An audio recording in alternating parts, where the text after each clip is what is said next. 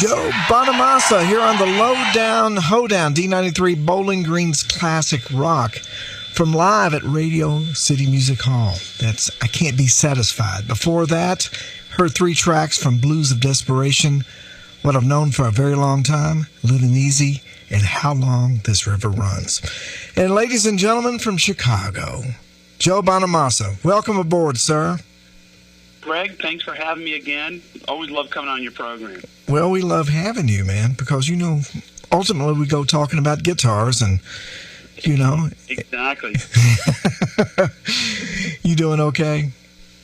Doing great. The road's treating us well. The fans, honestly, this tour in America, the crowd response has been, so good. I mean, like, they're hanging on every note, and perfect audiences are like, the band and I have been talking about this for like a couple of weeks, going, wow, the crowd just like really on fire. So everybody's like in a good mood. It seems like everybody's in a good headspace, and it's I'm very blessed to do this every day for a living, and it's not lost on me.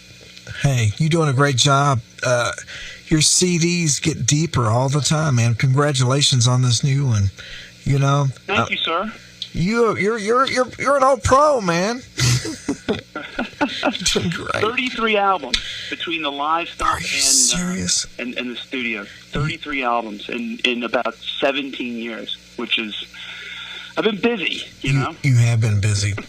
I met you, because we've known each other through the media and different, through Hot Licks and different ways. But my son reminded me a while ago, because Mr. Eric, he kind of keeps up with things for me. I actually met you in Louisville with Rufus Huff, if you go back. In 2006, we opened up for you. Eric Martin just told me it was November 15th, 2006. Within 10 years, you had just gotten into a bus, I believe, at that point. Is that correct? Right. That's right. Because you were with Shaggy, our old bus driver. That's right. You know Shaggy. Yeah. He was driving for you guys at the time. And then the next night, we played with you guys at Jim Porter's, which is long gone now. And then we went down to Exit In and played. And that's right. Now, at that point, Joe, and here we're going into guitars, because I want to talk about your new CD. That's why but, then you were, because I had a gentleman call in from New York, Mr. Nick called in a while ago. When I first met you, correct me, when you were playing a Telly Deluxe of some sort, quite a bit, or some sort of Telly. It was like a maker named Patrick Gelati. Sure. Who made these kind of very innovative metal top, mahogany back and side Telecaster looking things, and I was playing that. And I was playing a Les Paul. And I was playing a Stratocaster, and one of the very first 59 Les Pauls I've ever played was yours. Hank, yours is 58. 58, yeah. But Sunburst Les Pauls. And it's when you brought it out for those shows, I was like, I can't believe Greg has his 58 Les Paul. And you're like, you were just so like, I can't believe that I don't have it. This is what I play, and that inspired me because they really deserve to be played. Yes, they do. And it was one of those things where you're just like, yeah, man, I've never broken a guitar before, and I don't intend on breaking this one. I'm like, fair enough. And long story short, it's 10 years later, I travel with a 59 Les Paul all the time, and it was because of those gigs we did with Rufus Huff, which, by the way, some of the coolest, like Jared was, when I first saw Jared, it was like seeing ZZ Top and Cactus all at the same time. Yeah, that was a fun band. You guys were like killing, and it was a great band. The thank you. It was really inspiring. But anyway, long story short, we've always defaulted to guitar geek talk, and obviously this is no different. No, that's okay, because we don't get to talk. The last time you and I got to really talk a whole lot was back in November in Louisville, Right. So, so it's always nice to catch up to see what all you've picked up, Yeah. Guitar addict. That's right. And I bet you've picked up some nice jewels since then. I've been really into Firebirds lately. Okay. Firebird 3 We have a song on the new album called Mountain Climb. It's great, by the way. That is really killer. I named it after my favorite mountain record, right? Yes. And it's an analogy to kind of like, anytime you start a new job or a new record or just anything in life, if you're moving or a new relationship, there's always a mountain to climb. Yeah. And I use that analogy, and I named it after my favorite mountain record. And the validation in all of this was about 2 weeks after the record came out, I get an email from Leslie West, who I've known for 15 years. He goes, in his own voice, he goes, "I really dig that song, Mountain Climbing." And I go, "I bet you do, because I named it after your, and it's one of those things, it's those pinch me moments where you just go, like your heroes dig your music. Yes. You know what I mean? Yes. Like, Leslie's always been a hero of mine. Absolutely. And such an underrated band, and guitar player. And it was so fun to hear from him that he really enjoyed that song, And so I've been into Firebirds. So I've been buying Firebirds. Wow. Okay. Clapton used them at the end of Cream. Is that correct? The one. He used the Firebird one. Okay. I have 3 Firebird ones. I have 2 63s and a 64. And the 64, I believe, is the same year Clapton played because it has the Firebird on the pickguard. Sure. Mind you, to all the listeners in Bowling Green, if you're taking a girl on a first date, never discuss anything that we're talking about right now, because you will not get a second date out of all of it. That's true. The difference between a 63 and a 64 Firebird 1 is not of interest to any potential mate that you may have. Are you getting the tone you want out of them? I know you are. It sounds great on this. It is. It's like with a Firebird, you always have to start with the tone at 5 as opposed to the tone at 10. It's just they're just such a bright guitar. Yes. But if you get your head around the getting just the settings, it's great. And it's a fun guitar to play because the scaling and the weight and the balance drives you to play different licks. I mean, it's like it immediately goes to that Johnny Winter. It immediately goes to all those classic Firebird players. Yeah. Well, they are cool because I know on some of that Cream stuff he's playing on. The live Cream that came out towards in the 70s. Live 1 and 2. You can tell when he's playing the Firebird for sure. Yeah. It's wonderful. Well, that's very cool, man. And I had a question from Nick in New York. He was wanting to know, and maybe you partially answered it. I know you've always loved Les Pauls, but what was the switch from Fender to a Gibson Les Paul? I'll tell you a story. We were playing in Mobile, Alabama, and we're playing a small little theater. This is about 2003. And, in 2003, I was doing anything I could to get noticed.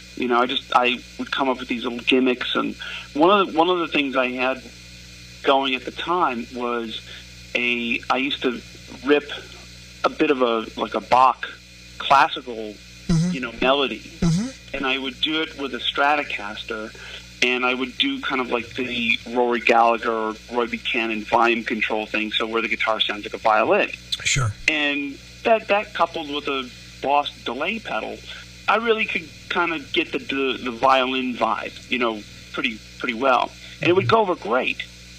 And I sat there and I played it in Mobile, Alabama, and the guy came up to me after the gig and he was like, you know that thing that sounded like a violin?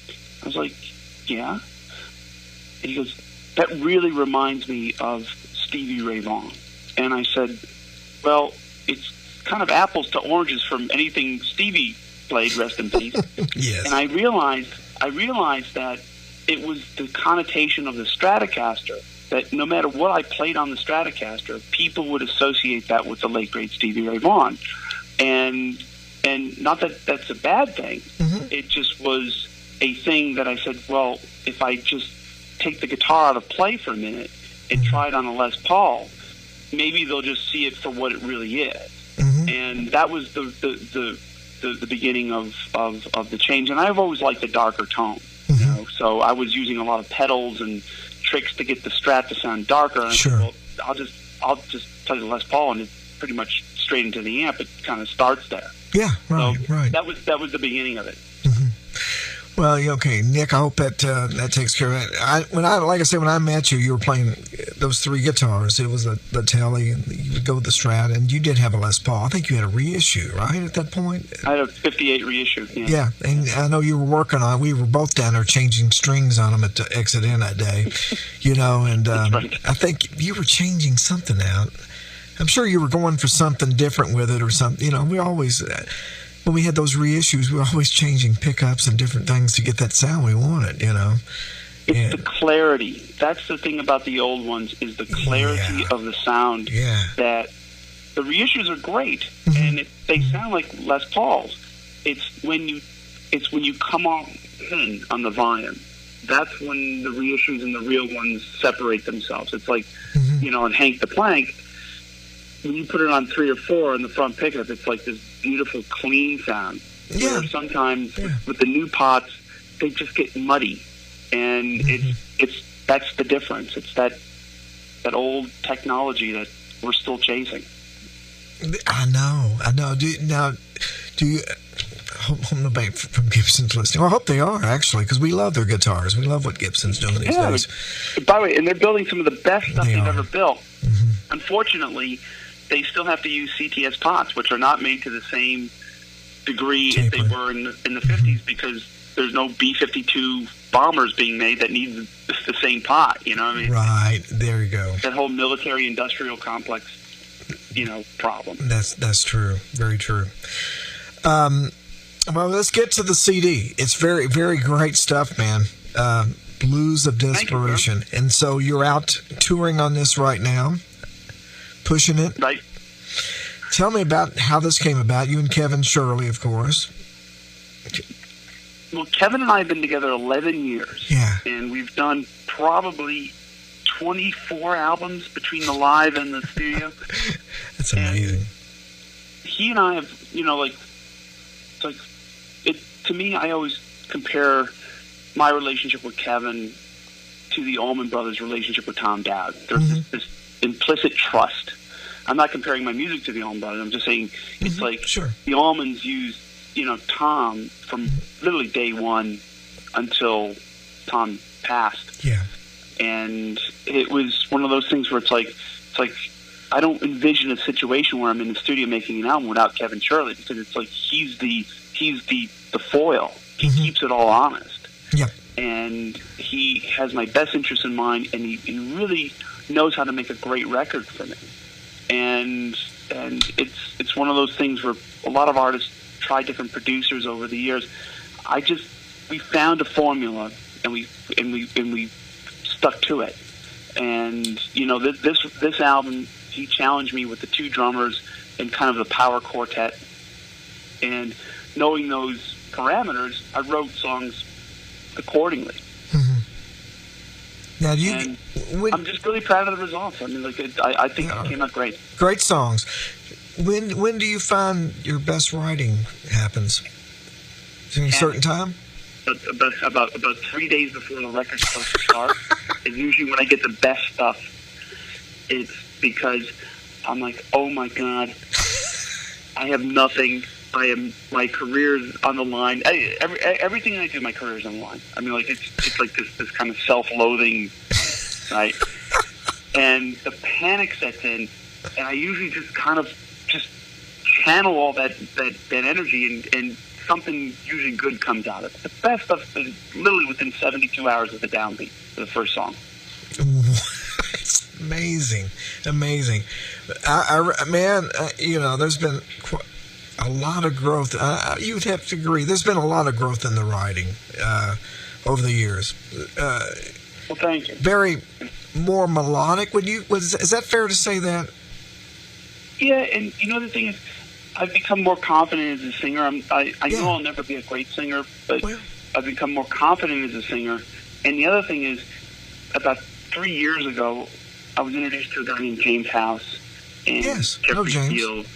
I know them both. Recently, through Reese Winans, legendary keyboard player, plays in my band. Yes. Tom Hambridge and Gary Nicholson. Yeah, know them both. having those guys kind of as foils in the writing, these are songcraft guys, so I was able to write songs, in my own way, but they were able to kind of tweak them to actually have more melody and more structure than traditionally I've always been associated with. And I really owe them a huge debt of gratitude, because those guys have really, stepped up and helped me, as a writer, and kind of rekindled my interest in pilot, reignited the pilot light of songwriting. So.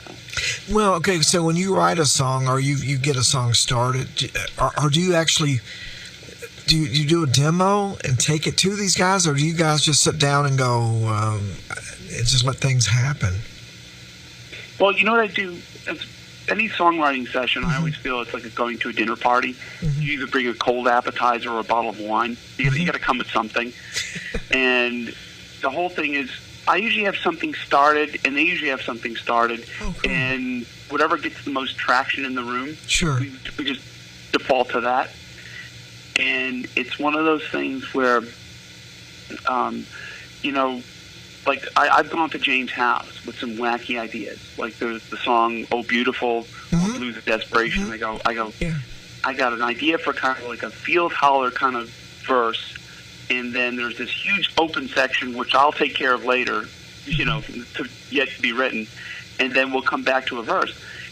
And at first he was like, "I don't understand what we're going for here." I go, just trust me. We're going to do our thing. We'll jam it out in the middle. And those kind of things where the big blues rock, solos and the kind of Led Zeppelin sections kind of come naturally to Kevin and I. And you play some brilliant guitar on this. I mean, really. Let me hang on here. What song was it a while ago that just? Was it maybe the end of Distant Lonesome Train? Is that? I mean, I think I heard. I think I heard of the tip of the hat to Hendrix, but in a different way. Is that correct? Did I hear a Hendrix lick in there? Maybe. I was going for my 461 Ocean Boulevard moment. Like that really whiny Strat sound. Oh, okay. I gotcha. Well, man. Little tip of the hat to Eric and I love that stuff. And all those cats. It's like that's a lost era of Eric Clapton. It is. It is. Mid 70s when he's doing like 461 Ocean Boulevard. One Night Stand, which is a great live record. It is. And, you're right. And it's like it's kind of the forgotten period of his career, but yes. Like it's still like when you listen to those records, it stands up, and it's like soulful and funky, and it's almost Creole, almost like Little Feat with Eric Clapton as the singer and song. Yeah, it was great. And you said it was the forgotten era. I think he forgot most of it too. And I'm kidding, but what I want to know, and you probably know this, and on the first Eric Clapton record and Derek and the Dominoes, Champ Amp, correct? Champ and a Princeton.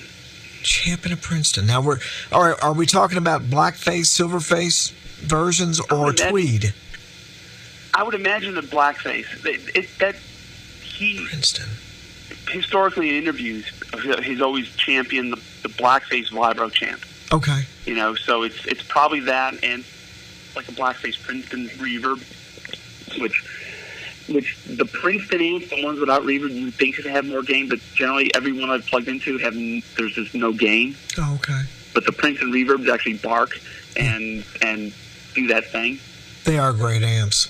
They're special. And by the way, you guitar nerds out there, never change the 3-way switch on a vintage Strat to a 5-way. You'll never get the same sound again. That is true, isn't it? You got to wedge it.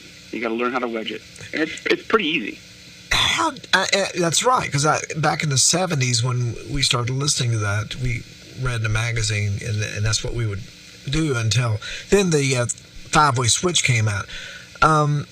Right. How did he discover that? Now, who do you think was the first one to really to get into that setting? Some of the country players, or maybe in the 50s, probably. But the first time I heard that was on like stone crazy, like Buddy Guy. Yeah, okay. And he was wedging between the first and the middle pickup. Yeah. And I think probably all of that Clapton stuff was just going, what's he doing with the Strat? And then just experimentation. And then Hendrix did it with Little Wing. And, you know, it's like probably like the late 50s when they were like, hey, there's two more sounds that we get for free on a Strat. Yeah. That Leo forgot to charge us for, which, by the way, he probably would have charged you for if he knew. Yeah, he was pretty thrifty fellow, wasn't he? Very, very thrifty. Now, do you think Hendrix used that setting too a little bit, didn't he? I've heard Hendrix on some of these recordings where it's out of phase. Yeah, and, you know, again, it's like, you know, we're all Gibson guys here. Yeah, you know? yeah, right.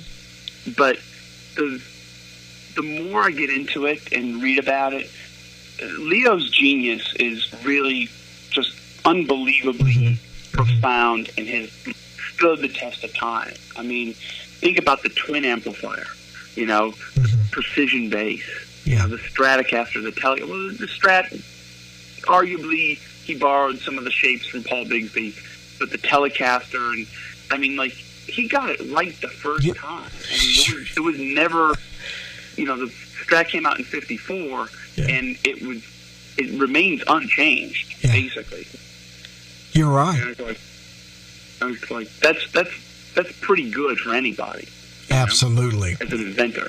He really did. He got them right the first time, and they're still vital, and we all love them today. What's your favorite neck on a Fender, Rosewood or Maple, or you just love them both for what they are?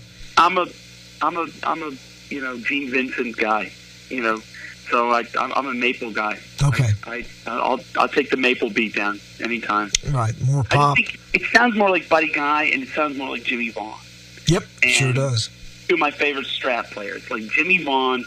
When you see him play a Maple neck Strat with the slick back hair, and you go, "That's why I wanted a Strat in the first place." He was cool. You know, it's like that blues, that capo thing. It's like it's just too cool. And same thing with Buddy Guy. You know, it's just like that super bright. It's an attack. And it's great. Yeah. You know? It was amazing. You're right, Jimmy. When the Thunderbirds when I first heard them on that first Tacoma release, I think it came out in '79. Now, of course, on the cover, he's holding now correct me, he's holding a '70s Telly maybe or a '60s Telly. Yeah. Right. But now that album right there was life changing because, you know, we're coming out of the blues, you know, the full blasted blues stuff that we love, by the way. And here's a guy that just stripped it back to just ground level, basically, you know, plugged into a super reverb, I would almost think, you know, it was beautiful. You're right. And it's like that simplicity and it's just that it's one of those things where now I'm like I used to use a bunch of pedals. But now I'm like, as I kind of get on in years, I've just gone like all you need is a cable and the tone control, and there's so many sounds in the guitar that people don't even realize. You know that you can do anything with a Les Paul, you can do anything with a Stratocaster or a Telecaster. It's like it's a good amp, you're fine. That's right, and it's all good. You're exactly right. And it's a great thing, man, to fling the pick away, play with your thumb and your fingers, isn't it? Well, Jeff Beck, I mean, it's like unbelievable what he's able to do with just the guitar. And the word is tactile. The guitar is so tactile because it's like anybody, you know, Jeff can hand me his guitar and amp, and I'll figure out a way to make it sound like me, and I can hand him my guitar and amp, and he'll figure out a way to make it sound like him. And it's just, that's it, you know? That's why the same guitar and amp has been argued over for 60 years. Right. Who's better, who plays better. It's like, there's no better. It's just, right. It is. That's right. Now, have you met Jeff Beck? I think I've talked to you about this before. I met Jeff a couple of times. I met Jimmy Page. I met the trilogy of Kings. Gosh, you know, that's great. I met Mr. Clapton. Yes, few times. That's right. You played with Eric. He was nice enough.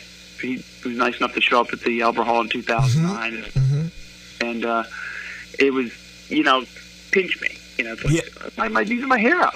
It's like, and I'm really, I'm pretty. I'm a shy guy, but I'm pretty outgoing. But around those cats, I just clam up. I don't say a word because it's like those are my heroes. Absolutely, I'm with you.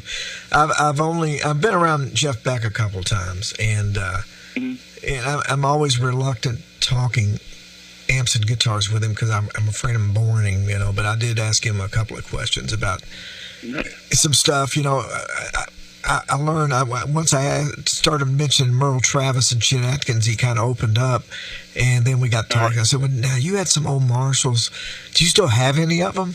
And he said, well, he told me the story about the old Jeff Beck group with Rod Stewart. He said they played somewhere one night and audience got mad at them or something. They left the stage and some of their gear got stolen. He said he just got back an old Marshall head, like a 68 Marshall head.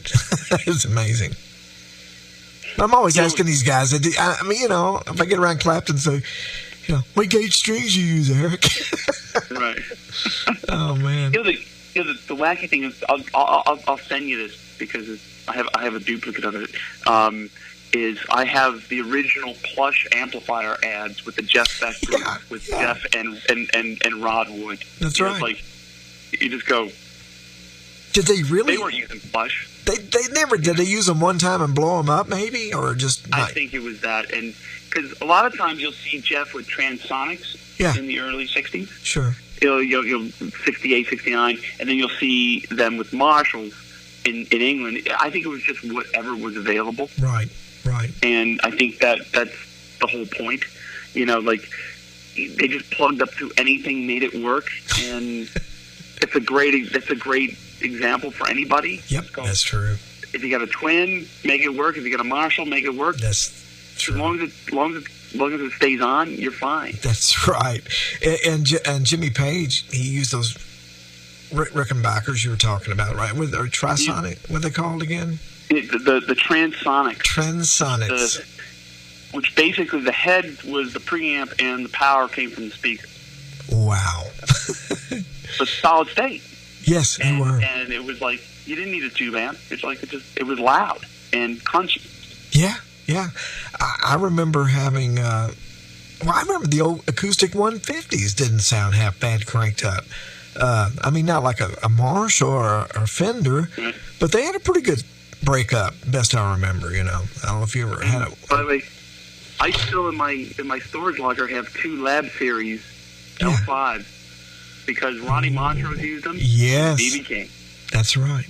And it's like you want the best sounding twin reverb for $250? Buy a Lab Series L5. You're exactly right, man. And Town Without Pity. I wonder if that's what Ronnie used on that. Oh, definitely Bad Motor Scooter. You can hear it. Oh, you can hear the compressor. Yes, that's amazing. Anyway, Greg, I'm going to let you go because I got a gig tomorrow and I got off to bed. But yes, sir. Thank you for calling in. Let's see here. Somebody did have one other question. I'll let you go to bed here. But somebody said you picked up some cool stuff in New Orleans, guitar wise, maybe, or. I did. I picked up a beautiful 55 gold top that was a Decatur Street and Bourbon Street darling for about 60 years. And it's the most patinaed, worn-out gold top without being broken. And I bought it from International Vintage Guitar and Banjo, and they just happened to take it in. And I call it the Cajun. And when you play this thing, it just you want to play funky meters tunes on it. That's because right. it just defaults to that. And by the way, the fretware defaults to that too. So the whole thing just drives you to that, So cool. But it's like I'm very lucky to be able to travel the world and find the guitars and stuff like that. But the whole thing is it's about sharing the collection. That's why I post all the stuff on the Facebook. And yeah, you Instagram. got a great attitude. It's because I love to share, and I'm just a guitar nerd that's done well for himself, and it's it's not about bragging. It's not about this. Like, we all have cool guitars. You know, it's just sharing the collection in American history with other people, and it's great. It's a great hobby, and you know, that's the thing. Well, listen, you've done great. I'm very proud of you. We go back a long ways. Great new CD. You be careful. I'll see you hopefully in December in Lexington. Hopefully, you know. Yeah. Come on, man. Bring Hank the Plank. I'll bring Hank the Plank, and we'll go at it. I'll tell you what I'm going to play right now, because somebody reminded me, and I can't believe I forgot. BB passed away this time last year. Yes, a couple days ago. And you knew him, so I'm going to play Riding with the King. I know you loved him. I loved him. Oh, yeah. So, absolutely. Joe, thank you so much. God bless you. Be careful. Tell the gang. You still got Reese and Anton and Michael. The whole gang is still out here. Yep. All right. Well, we'll see you soon. All right. Cheers, Greg. Thank you very much, and thank you everybody for all the questions, and great talking to you. All right, man. Catch you soon. God bless Cheers. you.